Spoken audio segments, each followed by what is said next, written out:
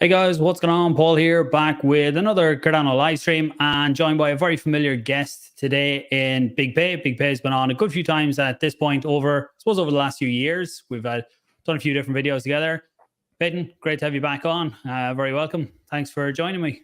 Thanks for having me, Paul. It's always a pleasure. And the past few weeks, there's been a lot of exciting news. So I think it's going to be a good stream today. Yeah, anyone coming into this, let us know actually if the audio is coming through okay for both of us. I think it should be, and we should be live at this stage. Anyone who hasn't been here on streams before, these are always laid back. I have a few bullet point topics for us to talk about, give opinions on, but I think the most important thing is you guys giving questions on anything you want to talk about or get answers to, or any direction you want to push it into. I always find they're the best streams when we get people involved. So let us know what's going on, where you're tuning in from. Give the video a like, share it out. BigPey's channel is linked down below. And I think I also linked the Atrium testnet for anyone who wants to have a look at that. Maybe we'll go on to that to get us kicked off and what's the latest on that. And then we'll get into what else is going on with Cardano. Sure. So we actually extended the incentivized testnet for Atrium by 10 days. You know, what Atrium is it's a platform that aggregates the various services on Cardano into one that teaches you how to use it. And we shipped a smart contract called staking baskets recently that allow you to delegate to over 100 different pools at the same time. And to test that out, you can use test ADA on Cardano's preview network and get an airdrop on Mainnet once Mainnet launches. And we're also launching a second incentivized testnet themed around our second smart contract later this month. So right now is a really good time to jump in because there's a lot of exciting stuff coming and there's a lot for you to play with right now.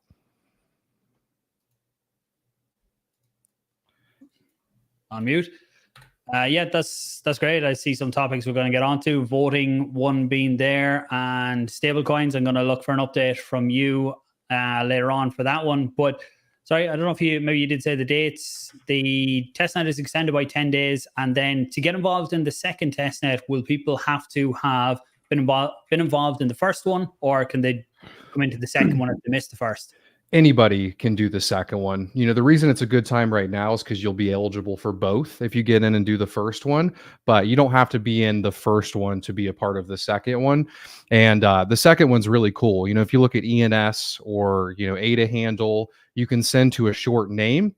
But what we're doing is we're taking that and allowing people to level them up over time, customize them, follow projects, stay engaged with projects, you know, build their own following and then aggregate their other social platforms all in one. So if we're using the Atrium dashboard or eventually the Atrium wallet or engaging in the Discord server, you're going to unlock customization options for your favorite projects. And the highest level in the testnet is going to be level 10. If you hit level 10 and you also purchased a mainnet one, your level will actually transfer over, which is pretty cool. Okay, so it's worthwhile getting involved in the testnet because you can actually transfer that over to mainnet then as well. Yeah, that's great. I don't know if I asked about mainnet launch. Is there any timeline on that? I know we done a separate video. I can dig that one out and put it in the description after. But did we go through a mainnet launch at that stage? Yeah, I mean, we kind of have an ETA on it. You know, our smart contract's already been audited before. I mean, we've had over 5,000 users test the platform now, and we've refined a lot of things with over 5 updates in the past month. And, you know, we were originally going to launch just staking baskets. However, you know, I realized it would just be great to kind of launch with, you know, an MVP of all of the different smart contracts. So we're suspecting, you know, 3 months from now, you know, is a kind of a middle of the road ETA. It's not too soon or not too late. I think it's like kind of a bit of a medium safety guess. There's 3 months. Okay, nice.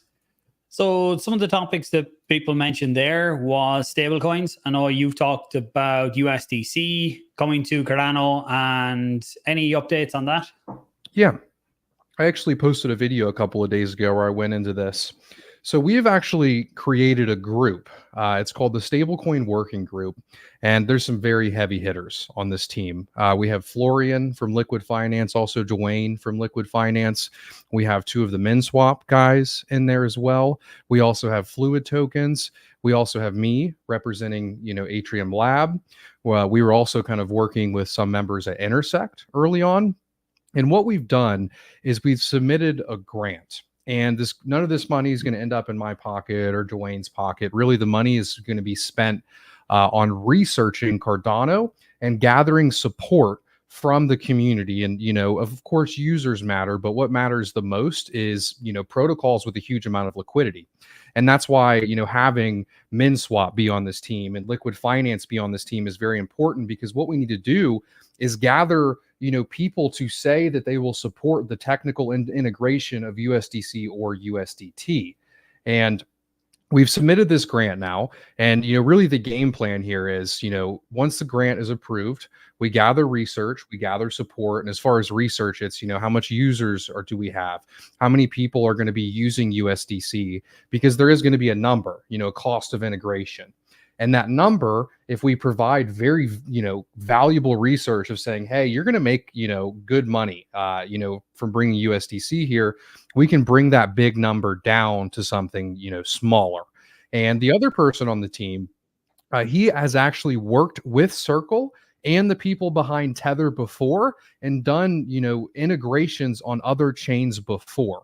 So we have a very solid team here, between large existing Cardano projects, somebody at Intersect, and then also somebody who's done the negotiations before. So that grant, where's it at? Why haven't we made more progress on this? Well, the grant is actually sitting on the desk of somebody at Intersect. The board essentially has to approve the grant. And as you've known, there's been reluctance in the past to bring these stable coins to Cardano. CF was in the deals early on trying to bring it, and they said no. Charles has kind of been against it as well. If you watched his, his AMA about it recently, he's like, And then, Emergo has also kind of talked about doing stable coins too, but they've never done it. Well, these founding entities are actually on the board at Intersect. And Intersect is supposed to be, a members-based organization for Cardano. It's the second way that we can receive Catalyst funds once the new governance update comes, once Voltaire comes in its totality. And, that organization, still the founding entities have a say as far as what goes and what's approved. With saying that, there's probably a reason for that, but long term, that's definitely something that we should probably change. We should probably have kind of communities or, community leaders, on the board, as well as maybe founding entities. But that's kind of why there's a delay. We are in the middle of, a wasting time phase right now, because we have to get this grant approved, gather that research, and then go to Circle. But, we have the technology to do it. We have, the liquidity. We have someone who can negotiate. We have everything we need to get this done. We just got to get this approved. Okay. Yeah, I know people say we don't need it and this and that, but I think we do. If you look across other chains, stablecoin trading, from a trading perspective, I think we need it. You look at any other chain, trading against stablecoin pairs is always going to be the highest, and it doesn't, even if it doesn't bring in bigger liquidity initially, it encourages more people to get involved in trading, which does attract more liquidity. And have you been in touch, or has the group been in touch with USDC to find out what are the actual requirements? There's loads of different things about, well, we won't go if they can't freeze. That's one thing I've heard people say. Another, they need $10 million, and all different stories, but I've never heard anything official on what's actually needed. So, if the freezing is required, we have Florian. I got the name wrong, but we have, the guy behind Fluid Tokens, really smart guy. And he talked about how technically the freezing could be done on Cardano without changing the native asset standard and changing the way all other tokens are handled on Cardano. And this is why you need to gather support from big projects, because, Atrium's going to have to integrate this, Liquid is, and, Liquid, MinSwap, they're saying, yes, like, we're going to do it. We need it. We will spend our own money to do this. A big shout out to them. We're also going to spend our own money to integrate this. And, what you would have is a smart contract that is essentially an account model, but on Cardano. So, in your wallet, it would look like you had 10, 15 USDC there, but it's actually in a smart contract. And when you go to send to somebody, it changes balance in the contract to the other person. So there is a way, to do this with freezing. However, from some of the data that we've gathered, depending on how good you are at negotiating, there is a chance that you can do this without some of these utilities. If you say, hey, we have, $50 million in TVL that's immediately going to use USDC on Cardano, then this can be changed a little bit. So. Okay. Yeah, I see David. Good to have you there. He's in Raul and Matteo from Fluid Tokens, two really good guys. It's interesting what they're looking to do with Bitcoin ordinals and allowing lending and borrowing there as well, with Bitcoin being UTXO. Haven't seen the full details on it yet, but they're looking to try and bring in liquidity that way as well. And Music Buy says, we have stablecoins. It's a fiat on off ramp that we're missing, in my opinion. I know ZK Fold, I think it is, were funded in the last Catalyst round to build a fiat on off ramp and with privacy embedded into it. So that's one, if you haven't looked at it, check out what they're doing. And it's one I'll try and catch up on fairly soon to see what the latest is on that one. But I do agree, on-off ramps are needed as well. But we do need more stablecoin liquidity. We do have, we do have USDM at the minute. And it's great to have our own native fiat-backed stablecoin. I suppose they do prove that freezing shouldn't be the thing that stops it happening, because you can't freeze any USDM. At the minute, the liquidity there is still fairly low. I think I checked before the stream. It's $193,000 worth of stables in USDM right now. We really do need to see that up higher, because if you have some of the big traders that want to get involved and start trading, some of them will be trading that type of a balance in one or two trades. So we need to have more. There's still a risk on some dexes if you try to trade that the liquidity mightn't be there, that if you go to trade, it will drop. Right now, Genius Yield is the place to go if you're trading with USDM. They're the ones with the most stablecoin or the most USDM liquidity and the most volume right now. Let me see, did I miss anything else? There was questions there about Cardano and being slow for rolling out. And this one actually, not going anywhere. Grayscale just dropped data from their holdings. Actually, there was a really good video by Fareed from DApp Central, if you want to check it out, talking about what it went out, the amount that was taken out, and the reasoning for it. So the main reason that ADA was dropped out of that particular Grayscale fund was due to the trading volume being lower. And it's on one of the, is it CoinDesk or Cointelegraph? I can't remember now. Some of the metrics they track. I don't know if you've seen that story. No, I didn't see the metrics that they tracked, but I assumed it was based on market cap, because if you go look at one of their other funds, I think it's their Grayscale Smart Contract Fund, ADA is still in there with a very high percent. So I don't think that this was just because Cardano's bad. I think it's just they have a set of rules for the fund, and ADA fell without of the rules, for now. But I think if we get the market cap up a little bit, maybe get some more volume, we'll just get added right back in. I don't think it was, malicious to say the least. Yeah, I think it wasn't one person decided that Cardano isn't good enough or ADA isn't good enough to be in the fund. It was based on market cap and trading volume not being high enough right now. So they reevaluate 4 times a year, so every quarter. So hopefully by the next quarter, the volume and everything on Cardano will be higher, and it will be back in. Looking down, Hope Road says, I don't like that you have to be a whale to get USDC or T accounts. So that is to actually be able to mint at source, I think. Now with USDM, I think they have opened it up now to anyone can come in and mint. Initially, it was institutional. You had to be coming in as a business to mint. But I think you can do it as retail now. When you have enough of liquidity on other chains, that like with USDC or USDT, there are millions and millions in liquidity. So it's not such a big issue over there, I don't think, because the peg is generally on par. It's generally in around that $1 on DEXs, on other chains. So it's not as big an issue for people to have to go to the source to actually be able to mint on it.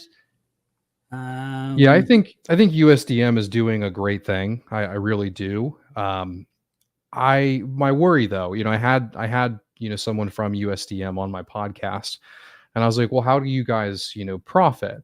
And they profit in the same way that USDC does. USDC has all of this money sitting in a bank account somewhere, and then they're earning revenue from that money, from using it in various investments. And USDM is going to be doing the same thing.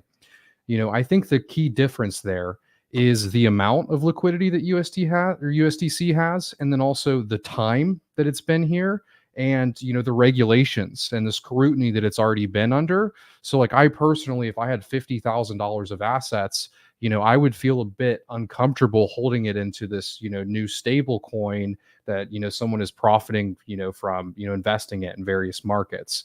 And they said they're going to be doing very safe investments. But USDC has that longevity there and has had that scrutiny. And I think that that's why we need options ultimately.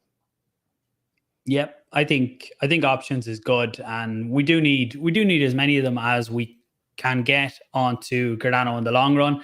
In terms of comparing initial growth, I haven't looked to see what USDT or USDC initial growth was. I would expect that they probably were a lot faster in the beginning, but I don't know. I don't even know what year they initially started. I presume it was on Ethereum they started. Back when they would have started, that probably would have been one of the only layer ones out there. But it's something I can look up for. I don't know. Ben, do you know? I'm looking it up now. It seems like they launched in 2018.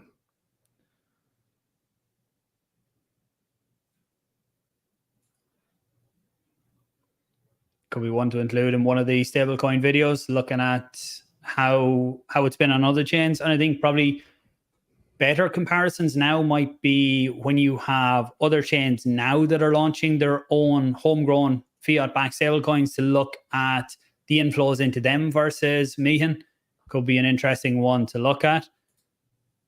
Michael says, if we scale, game over. Yeah, I think security, decentralization, Cardano has done very well at. Scaling is still the one that we need to, I think we need to fast track once we have voting put into the hands of the community. Going to have a call with Phil from Anastasia Labs next week. There was a really interesting Twitter space that I heard last week. Was it last week or the week before? Where he was on talking to Justin Bonds, talking about the ZK proofs and what's going to be possible with Cardano once we have the next hard fork, the Chang hard fork, and some of the stuff that's going to be brought in on that one. I don't know if you heard that space. I didn't fully understand it. It was about ZK proofs and what will be possible with that one. Yeah, I was actually in that space, and I was kind of commenting on scaling. And, my point to Justin, I kind of stumped him at one point. He brought up like, on-chain governance is important. And, essentially Ethereum and Bitcoin are more decentralized because they're so much bigger and there's so much different individuals participating.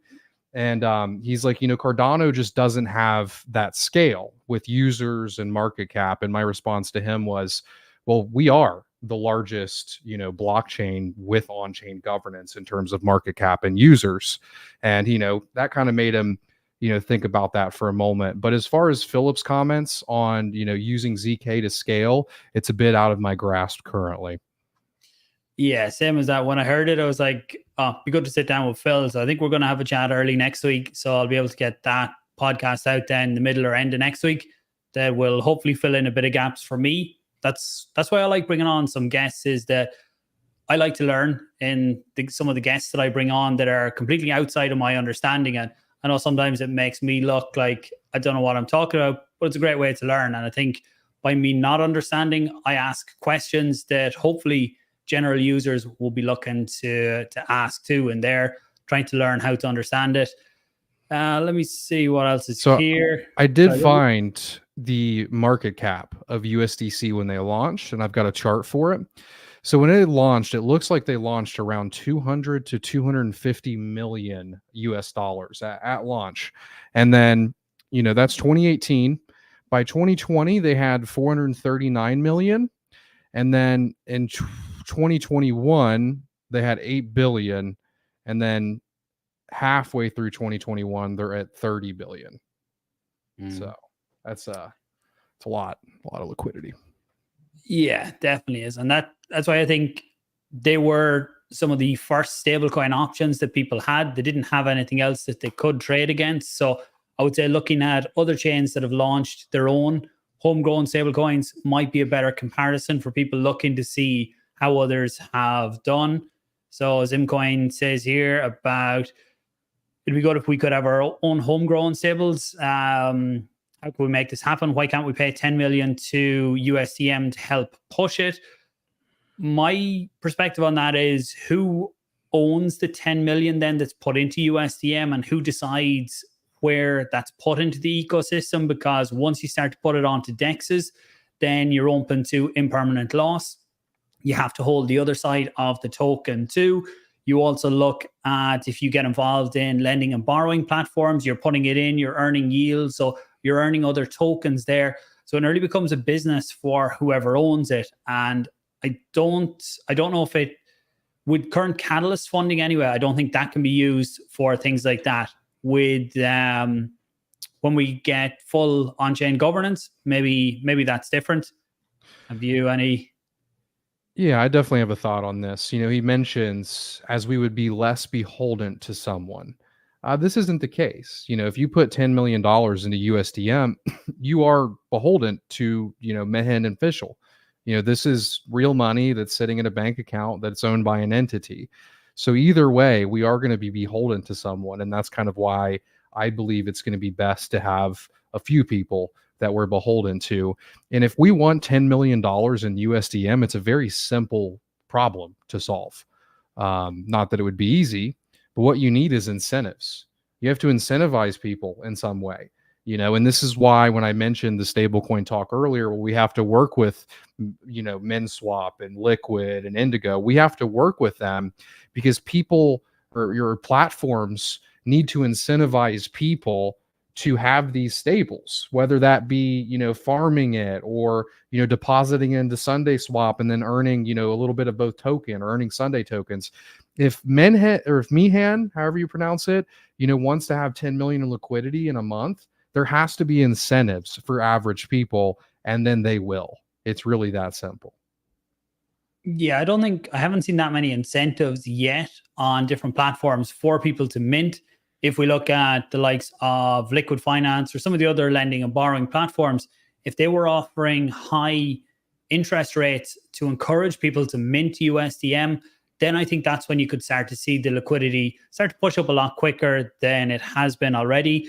I don't even know if many of the DEXs have much at the minute, but even if, for me personally, even if a DEX is offering something in yield farming, it has to be a fairly high percentage for me to actually get involved in yield farming because of the risk of impermanent loss. And if it's only going to be less than 10% that you can earn on yield farming, then for me, it's generally not something I'm willing to take the risk. And I know others will say, oh, well, 10%, you jump in for it. But to me, I just counteract with looking at the potential loss for impermanent loss. And if I wanted the other tokens, I just go out and buy them or use lending and borrowing to leverage in some way for that. Let me see what else. I mean, I can currently earn 5% or 5.25% on USD and Robinhood. You can earn, I think, 5 point something on Coinbase through USDC. So at this point, you know, why would someone hold USDM other than, you know, them believing in the project and them wanting to have US dollars directly on Cardano? You know, but you can't really thrive off of that. I don't think. I think you need to thrive off of just true incentives, and it will thrive if those exist. Yeah, I seen someone mention there the comment is gone. Oh, blockchain life. There was a vote. Anyone on Twitter probably seen it. A few different people talking about it too. There was a vote for the best layer one blockchain. Now, it's not all that serious of a vote. I think it's kind of got blown up maybe bigger than it actually is. This is a cryptocurrency event. They listed a few different categories. They decided who was going to be a part of the voting, and the top was Multiverse X versus Cardano. Seems to be the big. Both have really good communities, really big communities, and pushing to get the votes. But yesterday, then they took the numbers off the votes, so we can't see who's winning. And I actually went to try and go on to it there, but the page is coming up as it's offline at the minute. So I don't know if the vote's over or if the page is just crashing at the minute. I think that they essentially put some bait on a hook and everybody ate it. You know, I didn't mention it because I went to the site and I saw I had to log in with my Telegram. Your phone number is connected to your Telegram. I think your email is too. And if you look at their data policy, they're taking like 6 or 7 pieces of data off each person that votes. And I just feel like everyone kind of got scammed for their data to win this poll that they have complete control of. And then at the end of it, they take the numbers off, you know? So I was like, God damn it. It's a good way for any event or anything. There wouldn't have been near as many people talking about the Blockchain Life event unless they had something like this to try and pull in big communities like Cardano and like Multiverse X, which seen some people asking, who are they?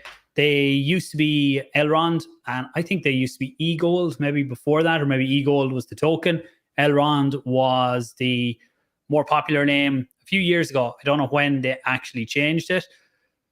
Let's run down through the comments. And if I miss anything, if I miss anyone's comments, questions, do bring them up again. And Peyton, if you see anything, then let me know. When midnight airdrop, no updates. Haven't heard any more info on midnight launch or anything like that. You can be sure both of us are going to talk about it as soon as we get the details. I presume you haven't heard anything? Nothing.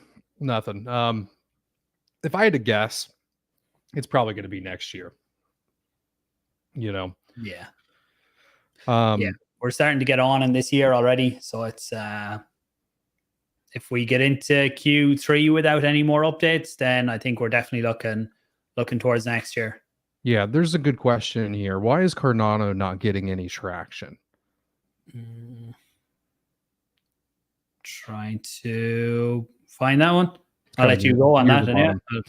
So that's a great question. I think one reason is lack of stable coins and lack of liquidity. I think that's a big one. I mean, for example, I've seen in the past 2 weeks Tether print $2 billion of stable coins.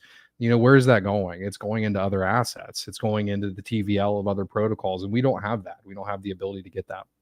Second, I think Cardano is getting traction. You know, when I post a YouTube video right now, I am getting as many views as I did at the top of the bull market last cycle. So we are getting traction. People are using Cardano. There is a large user base here, a large retail audience. But people almost feel like, oh, well, we're not getting traction because the market cap's lower than Solana. Well, Solana's gone down twice this week. You know, so would you kind of, prefer to have more money, but also use a network that goes down twice?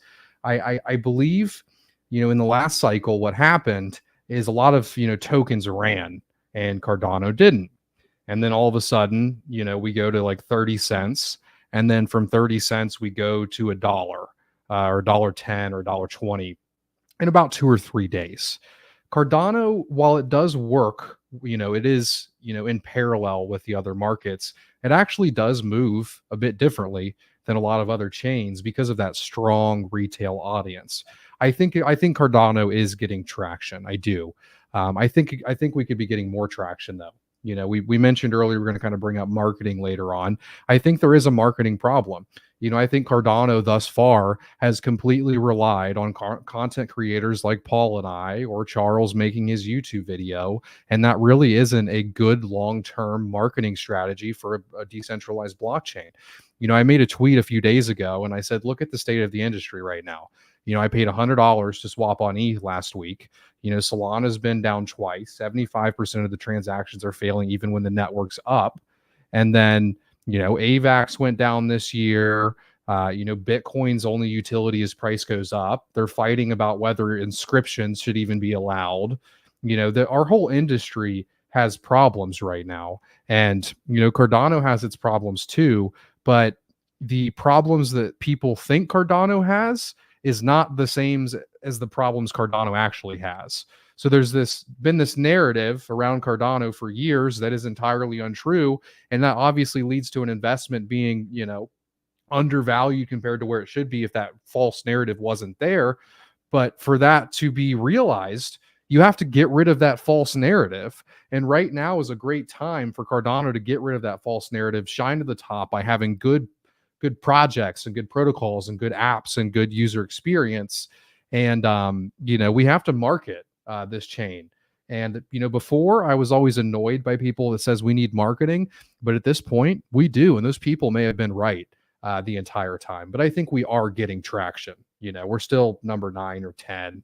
And, you know, I think it's on projects to do the marketing because, you know, CF, you know, is not going to do it. Obviously, Emergo is not going to do it. So, you know, it's on me and Paul and Atrium and Liquid. And, you know, we need projects to onboard millions of people. And then it'll market itself ultimately, because we can't rely on founding entities for that, clearly. Yeah, I think even like you said there, the projects doing it, projects can go a long way to highlighting what they can do as well and what's possible on Cardano, and even what the Fluid token guys are doing right now, what they've built on Cardano. They're looking to bring a lot of that to Bitcoin with inscriptions and what's happening there. So I think things like that is good marketing for Cardano. It's not your big flashy videos or anything, but it's showing a new community what's possible. Solana, whether people like them or not, some of the marketing they're doing is really good. Professional videos coming out and they look really good. They get across the points that people are looking for right now. We look at meme coin season, and what people there want is fast, cheap transactions. It worked in the beginning, but when you look at what's happening on Solana now, they're running into issues with, was it 75% of transactions right now are failing, was the last that I seen on that. And that was of actual transactions, not consensus transactions. I don't know, did that change today? I didn't actually get to look today. And that number doesn't even consider when the network's down, you know. And someone just, thanks for the super chat. He put $20 in there. I appreciate it. He says, can you please stop coping and address the real issue with Cardano? Could we possibly handle the volume of Solana if we ever had the volume? Great question. I'm not looking at the numbers, so I can't say, hey, could we handle their volume? But Solana can't handle their volume. So I don't know if that's, you know, without having the numbers in front of me, I can't give you a solid answer to that. But yeah, that's kind of what I was bringing up earlier, is that all blockchains have problems. You know, ETH, I spend $100, retail can never use it. Bitcoin's still quite expensive to send and receive. It doesn't have a lot of the utility, although people are trying to take it in that direction. You know, Cardano, we don't have a fee market. If we did, fees would be much higher, you know, if the blocks were always full. And we don't have L2s, you know, so Cardano does have problems. You know, one benefit of Cardano is the smart contracting language. We haven't seen, you know, millions of dollars be hacked from Cardano because of the smart contracting language. Extended UTXO is also a great model. So I think with extended UTXO and the introduction of, you know, CK proofs, I think that we could be there. But just this idea that Cardano is the most problem-filled blockchain, no, I mean, you know, being pessimistic for a moment, a lot of chains in our industry are completely horrible. You know, the reason that we got all into crypto is not what crypto is becoming. It's not.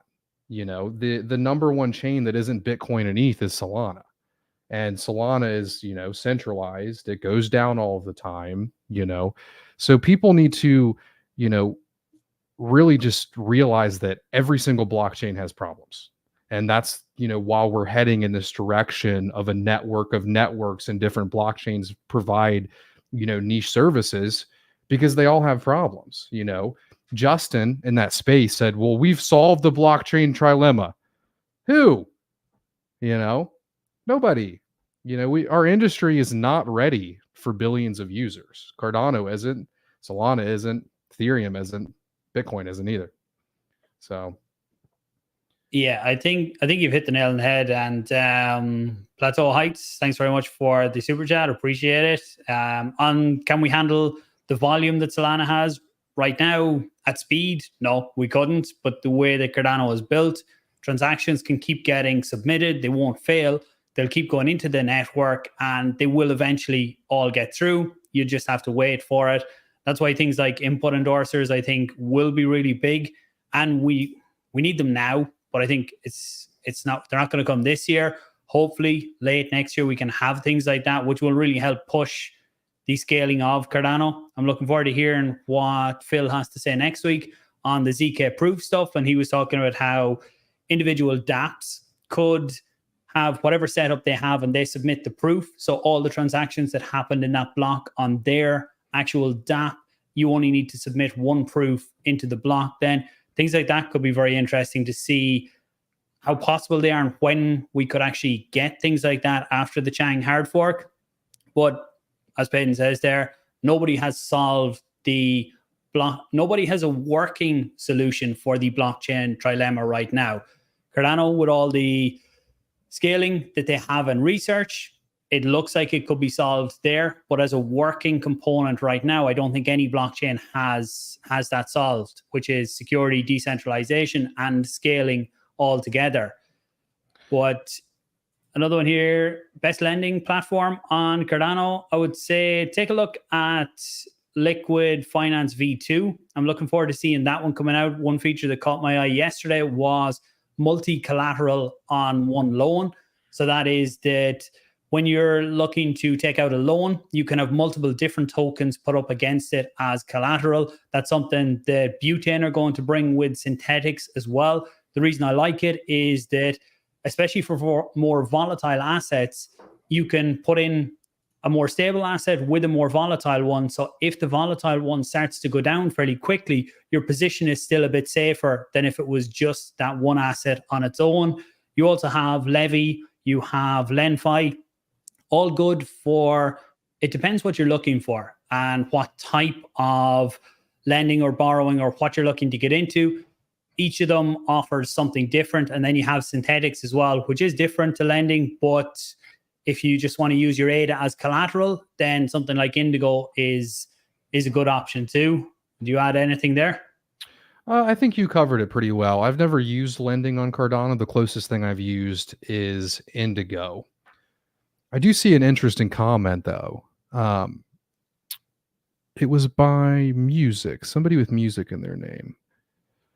He mentioned that the decentralization problem is harder to solve than scaling. And I honestly agree with that. And the point that Justin brought up in that space, was, Solana has solved scaling. Ethereum with L2 is solving scaling. But if you look at, Solana and Ethereum, they are having decentralization issues, with 51% of, Bitcoin blocks being owned by a few entities. Same thing with Ethereum. I think Coinbase had over 51% at a certain point. So really the bet that you're making when you're picking chains out of the top 10 is which problem is harder to solve first and second. I do believe that Cardano has, solved decentralization better than most other chains, with stake pools, with how many stake pools there are. And, now what there is to solve is scaling. So is scaling harder to solve than decentralization if you already have the scale and now you're going to be becoming decentralized?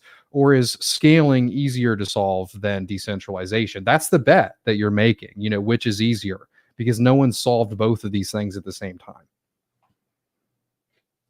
Yeah, it's not an easy one to solve. If it was, then there would already be a standout number one chain out there, a standout layer one Ethereum killer. People are talking about it for years. I don't think anything ever kills Ethereum. I think it'll lose market share over time, and it won't just be one that will come in and take it. You look at things like the Cardano police voting, which we might come on to now in a minute, things like that. There are trusted entities that want to look at something like Cardano for other aspects. They might look at other chains, but voting on chain, I thought that was a nice one to see from, I think you covered it and I covered it in a video as well, about Frederick said in a recent interview that a few US states have approached to see about a lightweight voting option on chain. I don't think there has been any more specifics on it. It was just a comment he made in one of his interviews, but hopefully something like that does come to fruition. It does show the trust or how Cardano is seen outside of crypto. Sometimes what people inside of crypto look at different chains, they have a very different view than people outside looking from the outside in and what can and can't be trusted. Yeah, I mean, the billions of people that haven't trusted crypto before don't have this false narrative about Cardano. You know, introducing a bunch of people to Cardano, they all just immediately like it. And they're not like, oh, you know, this is bad and this is bad because I've heard this. Argentina, a governor in Argentina, also met with CF recently, and he wrote a post on LinkedIn that was very, you know, supportive of a future collaboration with CF. And he believed that it could greatly impact the people in his jurisdiction. So that was pretty cool to see as well. Okay, yeah, I've seen the comments about Argentina, but I didn't get to read into that one yet. But if there is any more on the voting, then you can be sure we will talk about it. Actually, I might see, can I send off an email after this and see, is there any more info we can get on that, or has there been any more discussions on it? Base is coming out as a solution. I've seen a lot of positive stuff about Base lately. It's not a chain I have used just yet. That's for anyone not familiar. That's the layer 2 by Coinbase. No token or anything with it right now, but it has been getting some good reviews. I haven't used it. Have you used it yet? I haven't. I do have a token that is kind of a Brian Armstrong token. It's called Research Coin. And, you know, they just announced that it's going to be going to Base, and that kind of, you know, pumped it a good bit. But, you know, it's an unheard of token that I hold on ETH, and not too many people know about it. Market cap's pretty low. You know, be careful when you're investing anything with a low market cap. But, you know, Brian Armstrong, it's like the one token he's ever kind of been, you know, connected with. He also mentioned World Mobile recently, Brian Armstrong, which was pretty cool.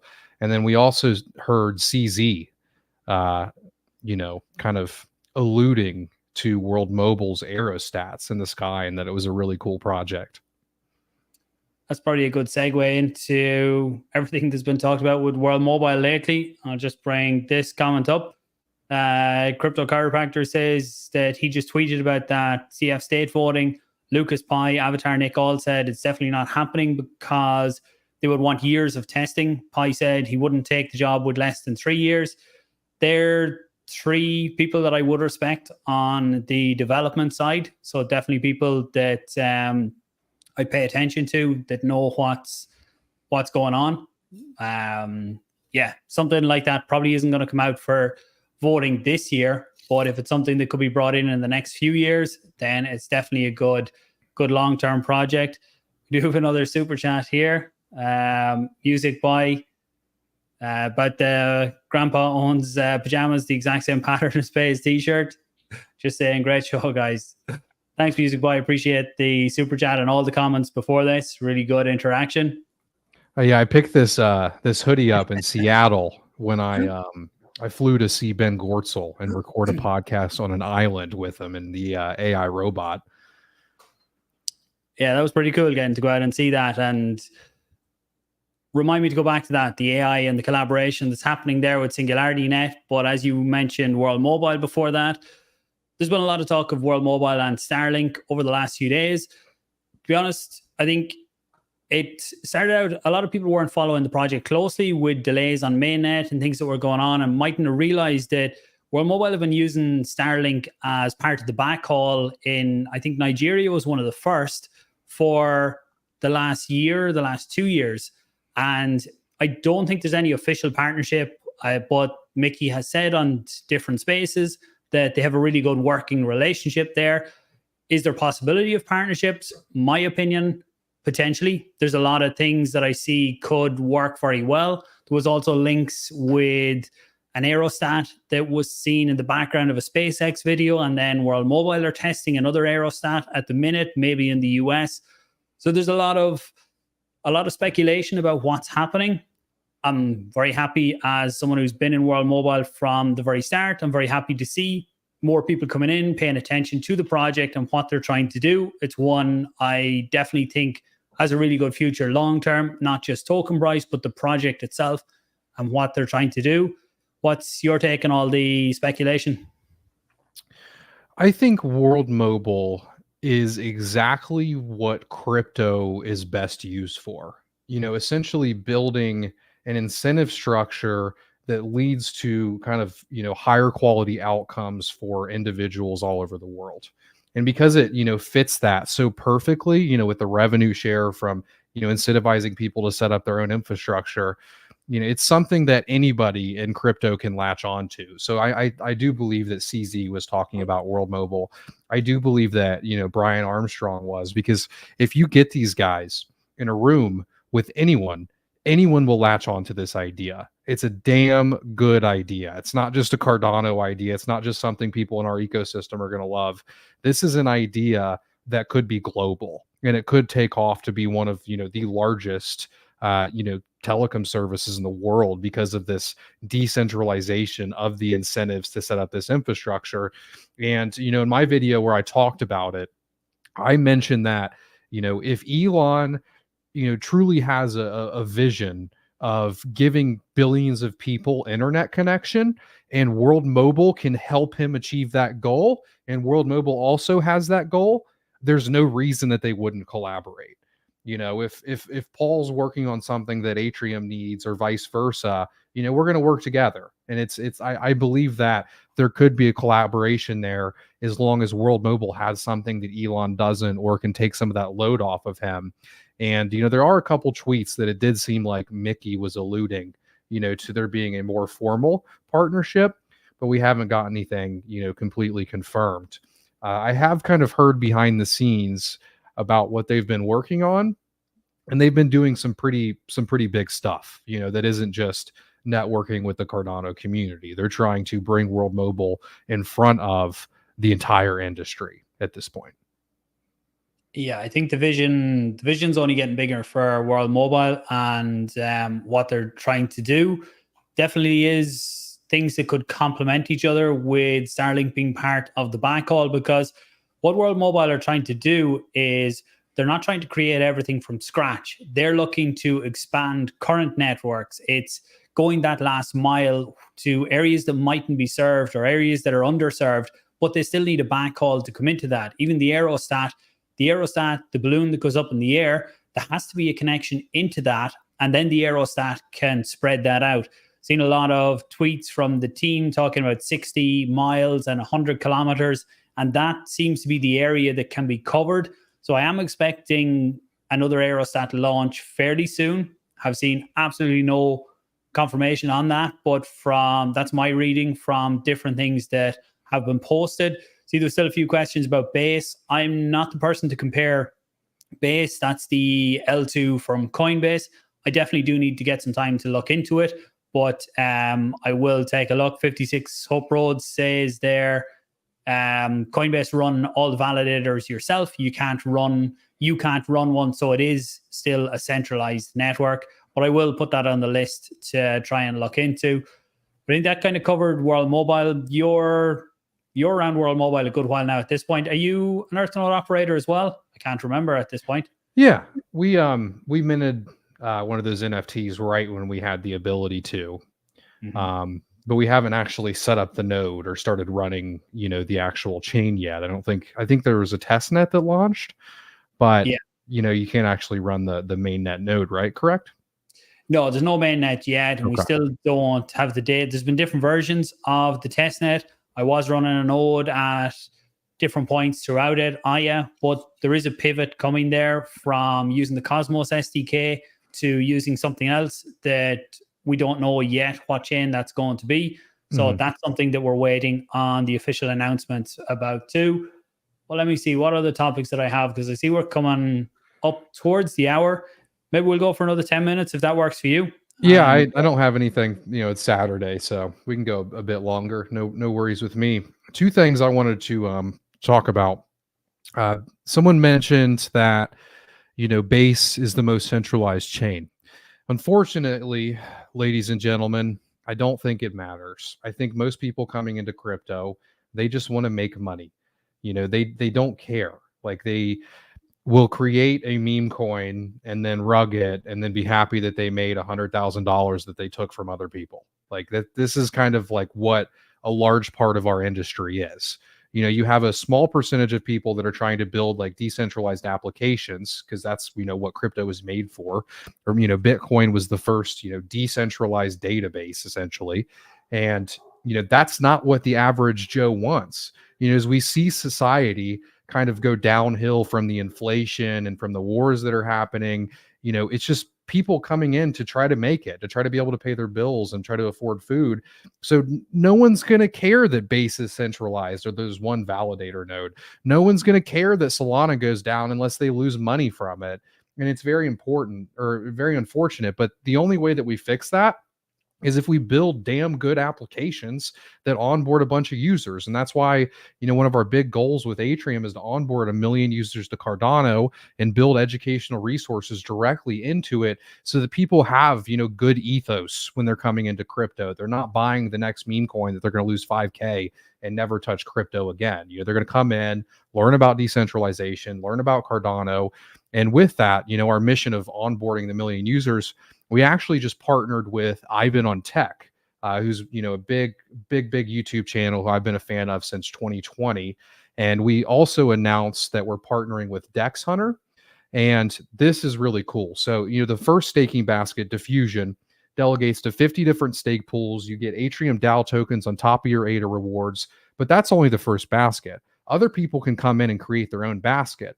So Dex Hunter is actually run, by different stake pools. So, what they're going to do is essentially pay the hunt token for supporting their stake pools.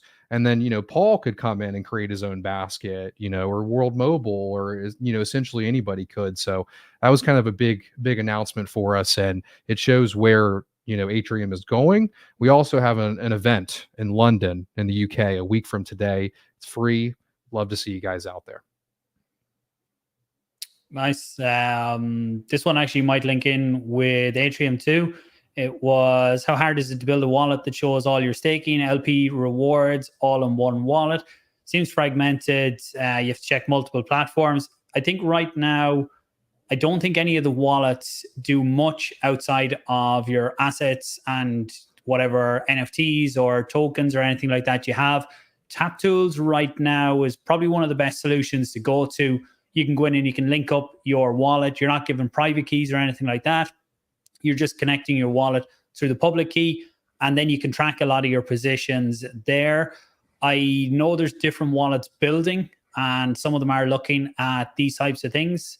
Probably something Atrium will have down the line too. I know you're looking at the all-in-one solution. Yeah, we definitely, this year we'd like to release a wallet, but we're also going to allow anyone to connect their wallet to use Atrium as well. Currently, if you deposit into the Diffusion basket on testnet, we show how much ADA that you have in there. And eventually what we're going to build is a reward screen, where if you're earning rewards from Diffusion or another basket or from another platform, you can just claim them directly in Atrium.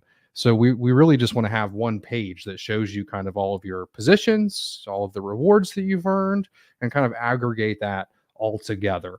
And how hard is it to do that? It's not easy, but I would say the data bit is a bit easier than actually integrate or interacting with the protocols. So really just pulling that data is just going to be, using Block Frost or, Kupo, pulling it in, then doing some math. Whereas, if you're trying to interact with a smart contract, you have to like grab an existing datum from the chain to then build the transaction. And you kind of have to know how the smart contract works to do that. Yep. Another one here is, if decentralization and security is not so important, the market at present, then why is Cardano seriously pushing Voltaire SIP 1694? I think part of this might even be back to the SEC jumping more into crypto, and Cardano is held back on certain things because they don't want it to be one central entity pushing forward with things like even simple things like marketing or some of the scaling options. And when it's the community deciding where to go, then that leaves it a lot harder for Cardano to be targeted in the future. So that's just one part of it, I think. Personally, I think that might have had an impact on the on-chain voting and everything being pushed back to the community, being stepped up a little bit in the last 12 months. But it's always been the vision of where Charles wanted to take Cardano, was that it's less about him and it's more about the community taking control and pushing it forward. And when you look at different things, Charles says it himself, there's people in crypto that love him, there's people that hate him, and all of that reflects back on Cardano right now. So as we go forward and as it's the community and becomes more in control of the community, I think that's good for Cardano and CF and Emergo, IOG. They become parts of it, but they don't become the spearhead. Well, Emergo never has been the spearhead really, but they become community members like everyone else. I don't know if you have more on that one. So you mentioned this idea of, not wanting to be a central entity. This is the reason why we don't have stable coins on Cardano, because, Emergo or CF or IOG, they don't want the regulatory scrutiny that would come with them bringing stable coins to Cardano. That's why we don't have them, because as soon as US dollar, you're stepping in some treacherous waters. That's why we don't have it. And why is it not, why are we doing this even though it's not important for most people? This was the initial vision of Cardano, to build a global decentralized financial operating system that brings value to everyone in the world. Just because the market doesn't think that's valuable in the short term doesn't mean that we should completely switch our narrative to compete with, centralized chains that are just pumping short-term tokens where probably 80% of people lose and 20% of people make a lot of money. So, it's kind of sad. I mean, to be honest with you guys, I've become a bit more pessimistic about not Cardano, but just about our industry in general and where the world's going. I mentioned it earlier, the reason that we got into crypto is not where crypto is going.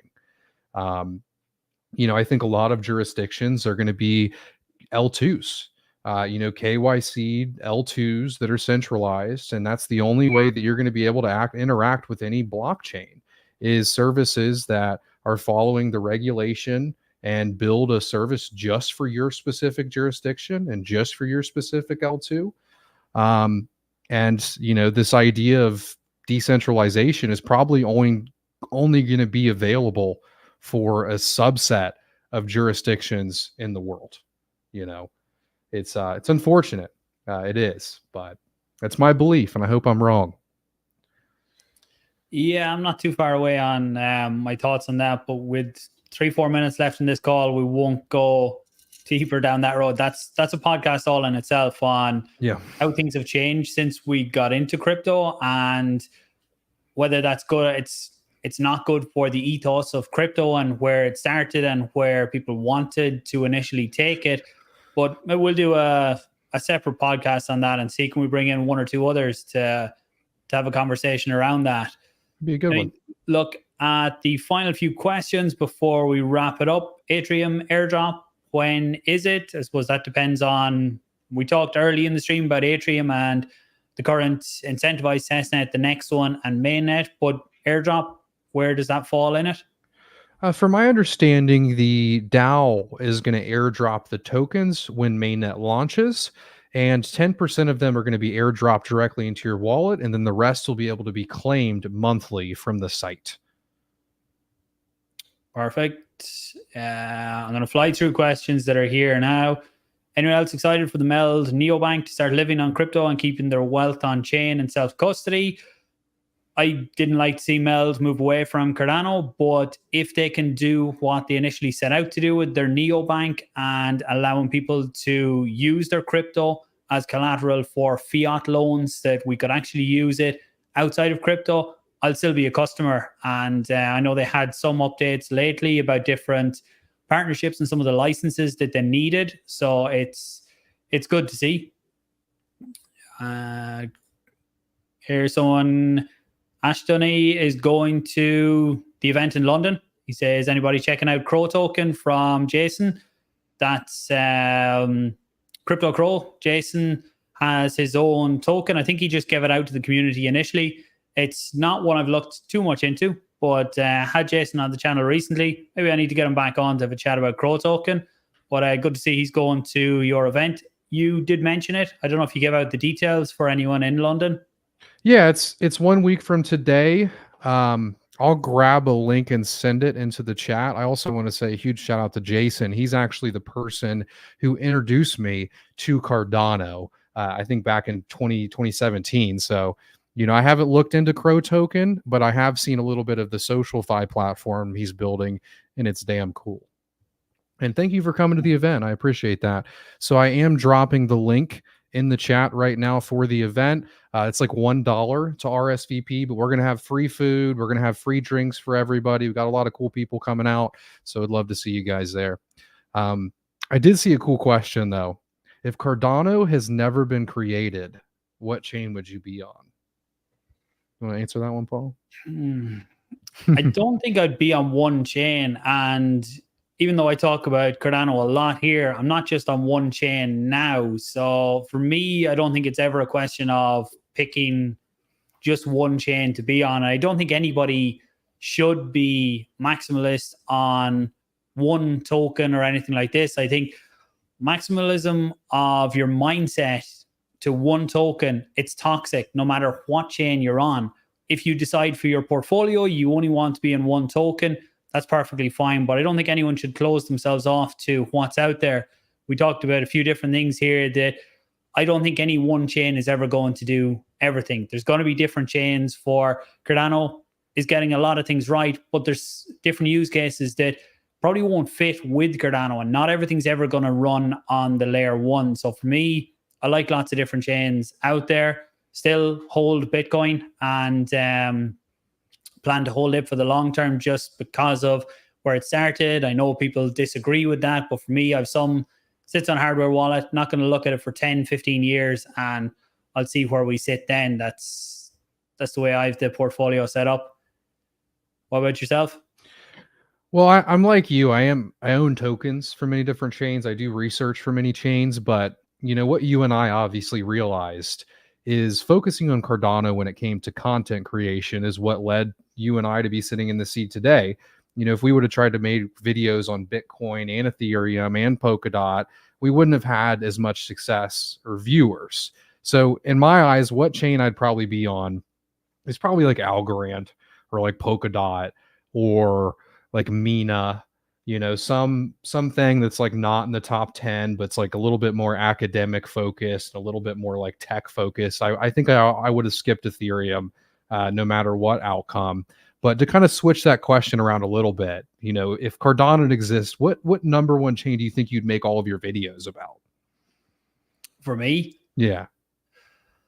I don't know. I don't think I would be one. I think I'd be more generic. I used to make general crypto videos before I came in to start this channel. I started this one to do a few tutorials about Cardano and when I started the stake pool to show people how to get involved and what to do. And I just kind of fell deeper and deeper down the rabbit hole. So if I wasn't doing Cardano, I don't think I would stick to just one chain. And some of that this will be part of our discussion in the other video, looking at the ethos of crypto and where it's gone. And I think there's a lot of toxicity when you look at people who are just on one chain, and people think you're biased towards that when you just talk about one. So I don't think I would stick myself to just one chain. That's fair. I'd say, actually, in the comments, let us know what chain you guys will be on if it was just one chain that you had to pick. I see Ergo mentioned here, Multiverse X. that's definitely one that I have on my list to dive deeper into as well fairly soon. Heard a lot of good things about it. Thanks, Ian. Appreciate you coming out. Based on some of the comments here, could be a very good functional chain. And like that, some centralized chains will work long term, and there will be certain use cases that will work well on them. But it just depends on what you want. Asking, is the WMT Starlink news true? Yes, World Mobile has used Starlink as part of their backhaul for the last year, maybe 2 years now at this point. I haven't seen any official partnerships, but they say they have a very good working relationship with them. Sir Peaches, thanks for joining us. Hope you guys well. Just want to shout out Cornucopius. Yeah, I'm a big fan of Cornucopius and what the guys are building over there too. Definitely due a catch up with the team. They brought out their tokenomics paper in the last few days. So it's good to see that out. That's definitely an aspect. I brought it up on a few of the interviews with them, that it's something that's so hard to get right, is an in-game economy. We've seen different crypto games over the years, but people only came to play them to earn the token, to sell it, to make a profit.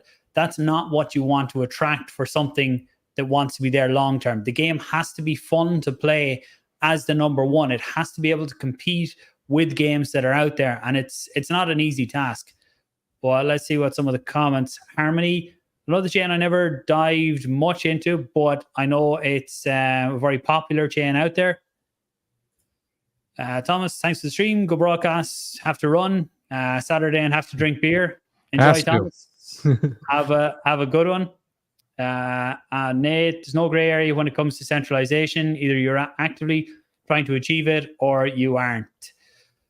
So I don't know if you have any closing thoughts or anything else that we haven't heard of Angel Coin. I haven't either. It was a fun stream. As I always mention, I always have a good time. We should definitely have you on my channel sometime and just kind of keep doing these. They're always enjoyable. The airdrop has 9 more days for you to be eligible for the first airdrop. Go follow Atrium Lab on Twitter, and you can just, try out the platform for free, get an airdrop from it. The platform is going to do big things for Cardano. And I've been posting videos again, youtube.com/BigPey. So check me out there. And if you guys have any questions, reach out. I've always tried to educate people through DMs. So if you have a complicated question, feel free to ask me. And thank you guys.